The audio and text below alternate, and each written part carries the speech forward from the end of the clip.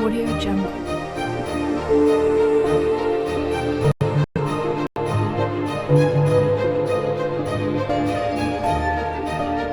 Audio Jungle.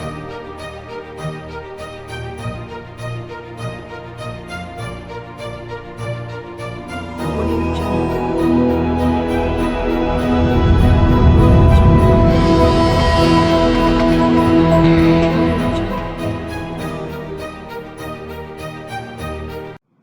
आउज़ुबिल्लाहिमिनश्शैतानिर्रजीम बिस्मिल्लाहिर्रहमानिर्रहीम। मुझे कहते हैं तसव्वुर मलिक, एक बार फिर आपके सामने हाजिर। और सबसे पहले बात करेंगे कि कौन से वीज़ाज़ अपडेट हुए हैं और कौन से वीज़ाज़ जो हैं अपडेट नहीं हुए हैं, या जिनके काम में डिलेशन क्यों आ रही है, रीज़न क्या है कि काम डाल दिए जाते हैं और उसमें टाइम लगता है।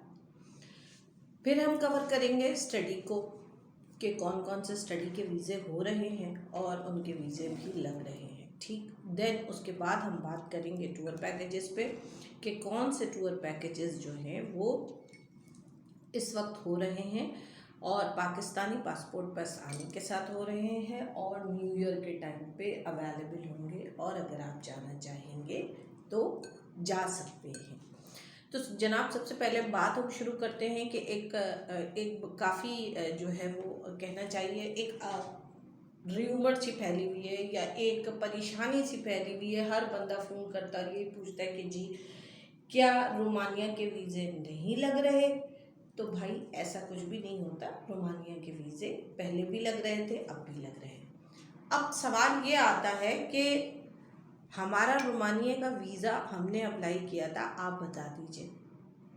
तो देखिए, आज की तारीख तक अभी भी अब यूरोप से कोई ऐसी मशीन इजाद नहीं हुई है जिससे हम आपके अप्लाई किए हुए वेंडर को के वर्क परमिट को वेरीफाई कर सकें। ठीक है, ये बेशक मेरा फ्री फोरम है जो मैं सदका जारिया के लिए बनाती हूँ अपनी तमाम तर मेहनत के साथ। ठीक है, इस वीडियो से आपको सिर्फ इंफॉर्मेशन प्रोवाइड करती हूँ मैं। इसके बाद किसी शख्स का अगर दिल चाहेगा और वो मुझसे रब्ता करेगा तो फिर मैं भी, जाहिर सी बात है, कोई धर्मशाला तो नहीं चला रही मैं, या मैं कोई NGO तो नहीं चला रही, फिर लाजमी मेरी भी फ़ीस है और मैं अपनी फ़ीस लिए बगैर काम नहीं करती। ये बात मुझे बार बार बतानी पड़ती है, फिर काफ़ी बार लोगों को ये भी बताना पड़ता है। वीडियो लंबी हो जाएगी, कोई बात नहीं, 2 3 4 स्लॉट में कर लूँगी मैं। तो ये भी बार बार आप लोगों को ये चीज़ समझानी पड़ती है कि मैसेज लिख के कर लें। अगर आपको कॉल करने में मसला होता है, मैसेज लिखने में मसला होता है, तो आप अपने किसी घर में पढ़े लिखे शख्स से वो मैसेज टाइप करवा लें, तो मेरे पास लिखी हुई चीज़ आपकी तरफ से एक वैलिड इन्फॉर्मेशन आ जाती है। ठीक है जनाब, अब बात ये हो रही है कि सबसे पहले मैं आपको अपडेट करती हूँ कि रोमानिया के वीज़ों में टाइम लग रहा है। रोमानिया के बिल्कुल 2017-18 में मैंने ऐसे भी वर्क परमिट्स किए हैं कि 45 डेज़ में, उस ज़माने में तो नुमाइंदा ही आ जाता था इस्लामाबाद, और यहीं से वो जो कंपनियाँ होती हैं, basically we are not man power ना, तो हम under the roof of Pakistan, जो बैरो है अपना मैन पावर का, उसके अंडर द अम्ब्रेला काम करते हैं। ठीक है जनाब, उसके बाद हम सप्लायर्स के साथ जुड़ते हैं। सप्लायर्स का काम ये होता है बीच में कि वो मुख्तलिफ इदारों में वो लेबर प्रोवाइड करता है, एनी सॉर्ट ऑफ लेबर। इसमें कोई ख़ास वो नहीं होता कि जी हम आपको बाबू बना देंगे और हम आपको बहुत हाई फाई नौकरी दे देंगे। कोई शख्स भी यूरोप में कम से कम किसी को हाई फाई नौकरी नहीं दिला सकता अनटिल और अनलेस वो शख्स वहाँ पहुँचने के बाद अपनी नौकरी, जिस पे हम उसको यहाँ से भेजते हैं, उस पे पहुँचने के बाद वो अपनी मेहनत से कोई जगह बना लेता है IT वगैरह में, तो ये उसकी अपनी है। वरना यहाँ से सिर्फ और सिर्फ एक ही वीज़ा जो आसानी के साथ निकलता है वो है जनरल वर्कर और हेल्पर का। मैंने ये बात अपनी पिछली वीडियो, लास्ट वीडियो में भी कही थी कि ऐसा बिल्कुल नहीं है कि रोमानिया का वीज़ा निकल नहीं रहा, बट रोमानिया के वीज़े स्लो हो गए। वीज़े स्लो से मुराद क्या है, जो वर्क परमिट आता है, बेसिकली जो आपके वीज़े की शहरत होता है वो वर्क परमिट होता है। वर्क परमिट लेट हो जाने की रीज़न ये होती है कि जब आसपास के ममालिक खुल जाते हैं और उनका वर्क लोड ज़्यादा हो जाता है, तो by the position of Pakistani passport हमारा पाकिस्तानी पासपोर्ट बैक पे आ जाता है।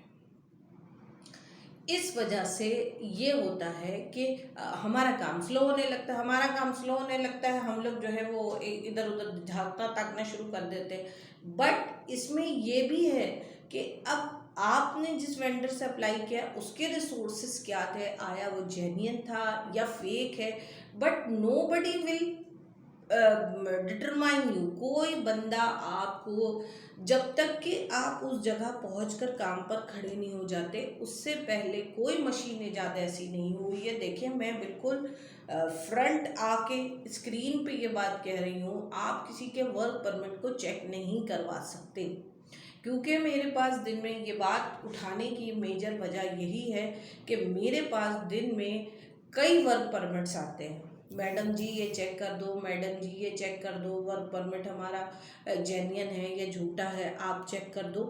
तो हम कैसे चेक करते हैं?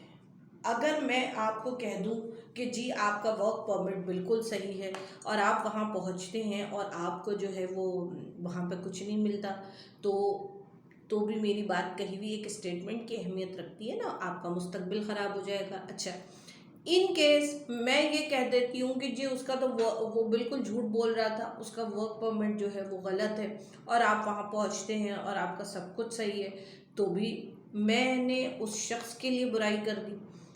तो कोई भी शख्स किसी दूसरे के बारे में नहीं कर बता सकता वर्क परमिट के बारे में। मैं टोटल आपको इन्हांस कर रही हूँ, तो लिहाजा अप्लाई करें तो पूरी जस्टिफिकेशन के साथ कि भाई हाँ, मैं इस बंदे से मुतमईन हूँ, भले 3 महीने लगे, 5 महीने लगे, 8 महीने लगे, वो बंदा अपनी जगह मौजूद है, स्क्रीन पे है, और ना होने की सूरत में वो ये कहता है कि पैसे मैं आपको रिटर्न करूँगा और पासपोर्ट मैं आपको रिटर्न करूँगा।